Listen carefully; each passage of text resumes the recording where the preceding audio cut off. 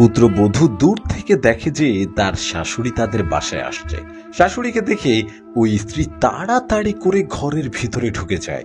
দরজা লাগিয়ে তার স্বামীকে বলে, আরে তোমার মা আসছে, আমি গেটটা লাগিয়ে এসেছি, তুমি গিয়ে তাড়াতাড়ি দরজায় তালা দিয়ে আসো। আর তোমার মাকে বলো যে আমি বাসায় নেই, আর তুমিও বাইরে যাচ্ছ কাজ খুঁজতে। আরে তোমার তো এখন চাকরিও নেই, তারপরেও কাউকে না জানিয়ে কি করে যে বাসায় চলে আসে। এখন এই বোঝাটা আমরা কিভাবে সামলাবো বলো তো? যাও, তালা লাগিয়ে মাকে বলো আমি বাড়িতে নেই, আর মা যেন এখান থেকে চলে যায়। এই কথা শুনে ছেলেটিও চিন্তিত হয়ে পড়ে।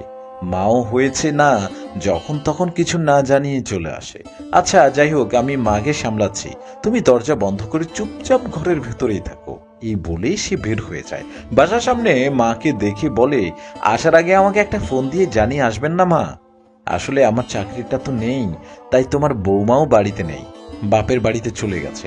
চাকরি খুঁজতে বাইরে যাচ্ছিলাম মা, তুমি বরং এখন চলে যাও। এত চিন্তা করিস না, আমি তোর বাড়িতে থাকতে আসিনি, তোকে এক পলক দেখার জন্য এসেছি বাবা। আমি শুনেছি তোর চাকরিটা নাকি চলে গেছে।